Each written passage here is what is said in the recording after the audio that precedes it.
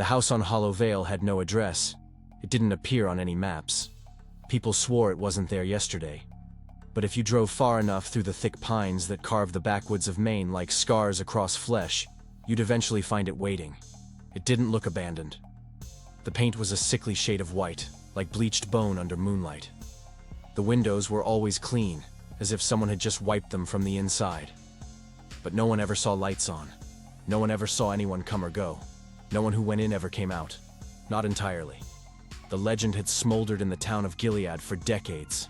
Kids dared each other to find it, teens vanished trying, and hunters who stumbled across it came back pale, stammering, sometimes mute, and in one case, missing a hand. Bitten off, they claimed, by something with too many mouths. That didn't stop Valerie Crane. She was a freelance documentarian known for digging up folklore that shouldn't have been found. With an old van packed with camera gear and a crew of 3, she drove into the forest on a rain-smeared October morning, tracing whispers and a tattered journal she'd bought from a junk dealer whose eyes bled tears in his sleep. The journal's last line read, "The house breathes, and when it does, the walls forget you." The house was exactly where the journal said it would be, behind the split oak tree with the trunk that looked like a twisted, screaming face. Valerie stopped the van, and the engine cut out before she turned the key. "No way," said Daryl, the sound guy, a skeptical Bostonite who joked too much when he was scared.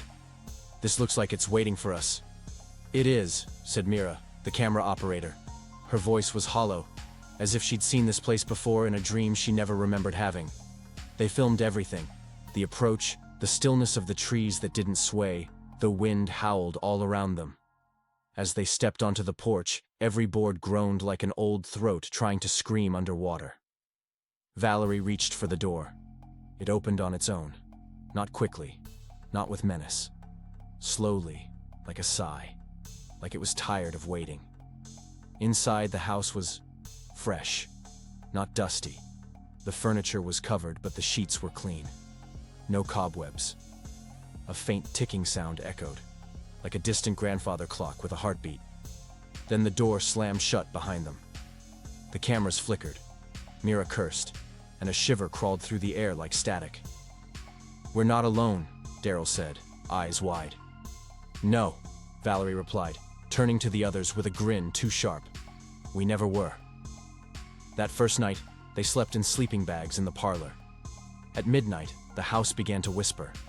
Not loudly, not in words, just the sound of movement upstairs, of breathing in the walls, of sobbing that wasn't human, and something dragging, slowly, wetly. Mira woke screaming, pointing at the ceiling. "There's something crawling," she gasped. "It has hands, so many hands. It was watching." Valerie was never seen again. Mira was found on a highway 30 miles from Gilead, naked, teeth missing, humming a lullaby in reverse. Daryl's body washed up in a lake 2 states away, with his mouth sewn shut and fingernails etched with tiny maps of the house that led nowhere. The footage they left behind was confiscated by a government agency that didn't have a name. But fragments leaked online, strange, looping clips where people's eyes blinked out of sync, and screams played backward like music. Locals say the house still appears every few years, never in the same place twice. But the porch always creaks the same way. The door still opens before you knock, and inside, something waits. Something that knows your name. Something that wears your face when you're not looking. Something that remembers you better than you remember yourself. And if you hear the whisper, "Who's in the skin today?" run. But don't look back. Because the house already knows the answer. Mira had been missing for 5 weeks before she spoke again. She was in a state-run psychiatric facility under 24-hour watch. An independent investigator, Lyle Brent, picked up the trail next. He'd heard of Valerie Crane. He'd even admired her work. When her name resurfaced in the encrypted fragments of Mira's psychiatric file, he drove straight to Gilead. But something was already waiting for him. On his 3rd day in town, he received a package at his motel door. No name, no return address. Inside, a VHS tape wrapped in something that felt like skin. He watched it. Valerie was on the tape, staring straight into the camera. Her eyes were black, depthless, moving subtly like eels beneath oil. "The house doesn't haunt you," she said, voice soft. "It learns you. It becomes you. You don't die here. You unravel. And when the house knows you better than you know yourself," she smiled, "it takes off your skin and wears you outside, so it can go looking for more." The screen went black, but Lyle didn't turn off the tape, because something was breathing on the audio track. And in that breath was a word, not spoken, not human, just known. His nose started bleeding. The walls began to hum. The shadows in his motel room shifted when he blinked. Lyle left town the next morning, but Hollow Vale followed him. In a decaying warehouse outside Bangor, a cult began to form. People who had seen the house in dreams, or remembered rooms that didn't exist in their childhood homes. They called themselves the Hollowed. Each had a mark, a thin vertical scar behind the right ear, perfectly healed, as if a seam had been opened and closed by something surgical, but wrong. They built a mock replica of the house from wood and bone. It wasn't for worship, it was for re-entry. They believed the house had only one true entrance, through memory, through forgetting who you are, so the house could remember you in your place. One Hollowed member, a girl no older than 12, disappeared inside the replica during a midnight ritual. Her voice returned through the pipes of the building an hour later, whispering, "The house has many rooms, but the smiling room is hungry." They burned the replica to the ground. The girl was never found, but her laugh could still be heard in the ashes. The house moves now, not physically, conceptually. It inhabits ideas, appears in blueprints of buildings not yet made, shows up in the dreams of children.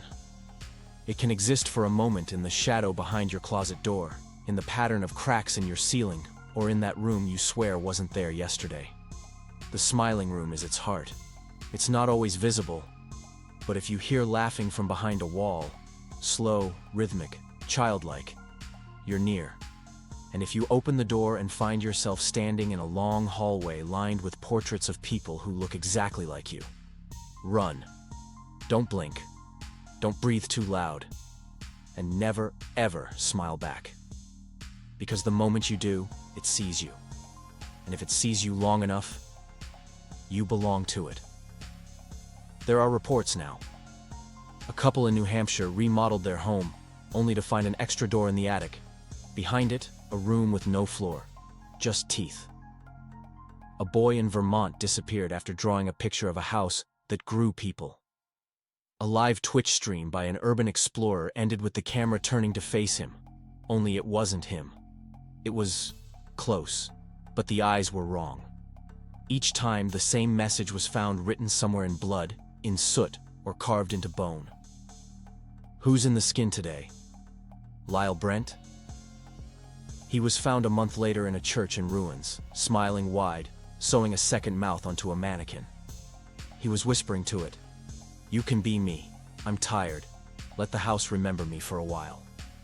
They say the house doesn't need wood anymore, or land. It just needs you to look for it, want it, invite it. And the moment you think about it too much, you'll hear a soft knock at your back door, even if you live on the 10th floor.